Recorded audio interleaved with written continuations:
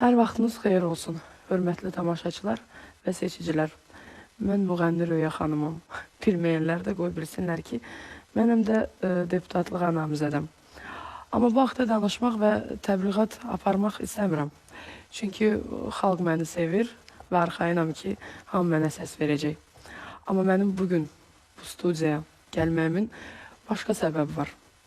Həyəcanlıyam, fikirlərimi çatdıra bilməsəm, bağışlayın. Məni çıxış etməyə vadar edən çox milyonlu pərəstişkarlarımın və seçicilərimin narahatçılıqlarıdır. Ötən bazar günü qulp proqramında adını çəkmək istəmirəm. Bir namizəd qadın müğənnilərin soyunmağına əleyhinə danışdı və bizi keçmişə qaytarmaq istədiyini dedi. Qadın və qızlar lüt gəzməməlidirlər. Qadın müğənnilər səhnəyə çılpaq çıxmamalıdırlar. Mən xahiş edirəm, həmən qadının çıxışı təkrar göstərilsin və ürəyimi sonra boşaldaram.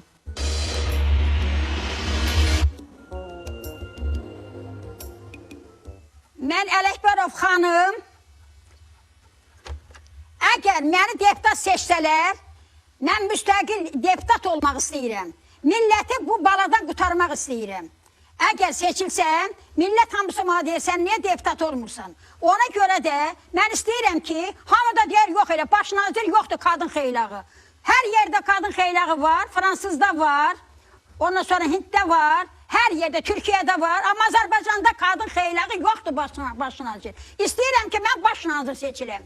Onda milləti, o çılpaqlara paltarı özüm alacağım, bəlkə pulları yoxdur. Qolları açıq, kürəkləri açıq, yuxaları açıq, qılçaları açıq, heylə qadın səhnəyə çıxmaz. Ağ dəvə alçaq gedər, qolunda qolçaq gedər. Bu zamananın artistləri səhnəyə çılpaq gedər. İstəmirəm çılpaq olalar. Yoxsa əgər pulları, mən özüm alaram onlara, paltar geyindirib, abara salaram onları. Abala qadın alın, belə olmaz axı. Mən xanım xalanın tərəfdarıyam. Yəni, onun ətrafında sıx birləşməyə hazıram. Biz soyunmağın əleyhinəyik. Necə olar ki, Röya xanımı bir seçək, o gəlsin orada cəmaatı soyundursun. Ar olsun Röya xanıma. Bizə fayqlar lazımdır. Bizə yeni paltar lazımdır. Bizə yeni musiqilər lazımdır.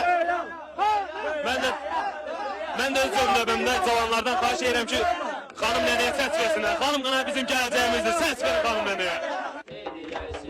Dərslərimiz millətə bağlı olsun. Kim istəyirsə tikə yağlı olsun. Xanım xalanı seçim maraqlı olsun. Nikolaydan söhbət eyləyər sizə. Nikolaydan söhbət eyləyər sizə. Xanım xala hörmət eyləyər sizə. Xanım xala hörmət eyləyər sizə. Röya gəlsə ləzzət eyləyər sizə. Röya gəlsə ləzzət eyləyər sizə. Şəhərdə çoxdur balağı ennilər. Belə geçsə qalmayacaq yönlülər. Belə geçsə qalmayacaq yönlülər. Röyaya səs verin sabrı mənnilər. Avropanı adət eyləyər sizə. İnan ki, bu çıxışdan sonra həmin gecə yata bilmədim. Həm əsəbdən, həm telefon zənglərindən. Minlərlə insanın mənə zəng edib ürək-dirək verməsi ki, Röya xanım belə təxribat çıxışlara fikir verməyin.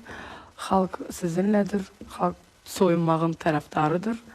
Mən bir mütəxəssis, yəni soyunmaq üzrə peşəkar bir müğənni kimi deyə bilərəm ki, soyunmaq bir neçə səbəbdən baş verir. Həm yer kürəsində qlobal istiləşmə gedir, həm demokratiyadır, kim necə istəyir, elə soyunur, elə giyinir. Həm biz artıq neçə ildir Avropa Şurasına girmişik. Yəni soyunmağımızın obyektiv və subyektiv səbəbləri var. Həmin çıxışdan sonra, yəni soyunmağın əleyhinə olan çıxışdan sonra müğənni həmkarlarım da çox narahatdılar. Hamısı bir-birindən soruşur.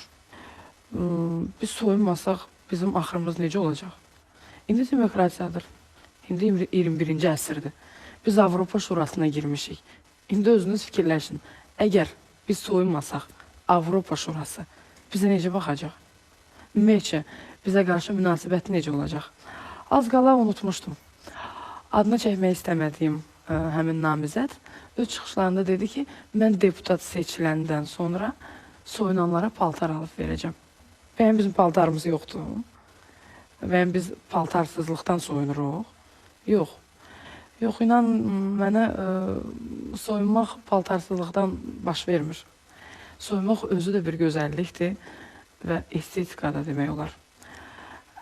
Mən üzümü seçicilərimə tutub deyirəm ki, belə təxribat xarakterli, radikal çıxışlar sizi çaşdırmasın.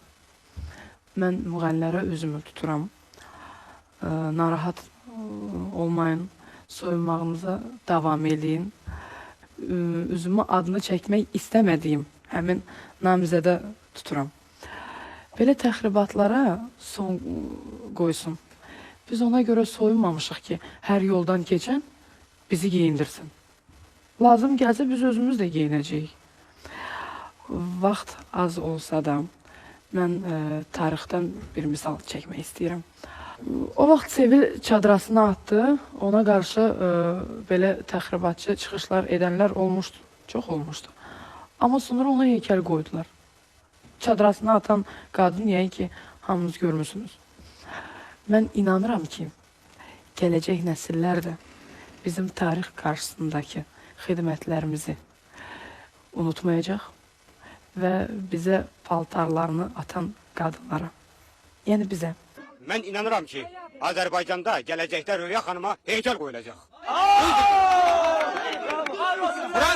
Fransada Janna d'Arc'a heykəl qoyulan kimi Azərbaycanda da Röya xanım tarixə çevriləcək.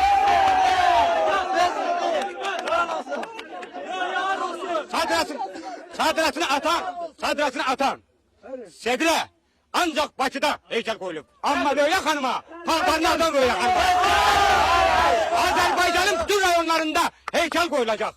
Muzeylər açılacaq. Vaxt gələcək. Röya xanımın paltarları milyon dolara satılacaq.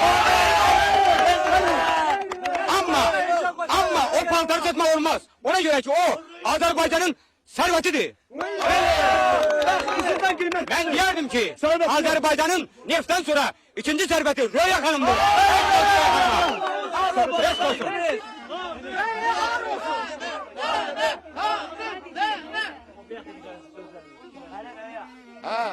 Röya milletvekili seçilip kalıb. 100% bilin. Ay bu hanımdır, bu piste hanımdır, ular bir. Röya ona göre ki milletvekili seçilende milli mecliste sakitli olacak. Ona göre ki milletvekillerinin fikri ancak Röya'da olacak.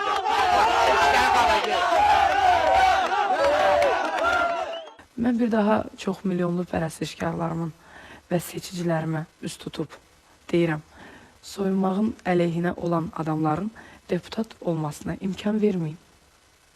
Mən inanıram ki, seçki günü məntəqələrdə gəlib mənə səs verəcəksiniz və mən hamıdan çox səs toplayan yeganə millət vəkili olacağım.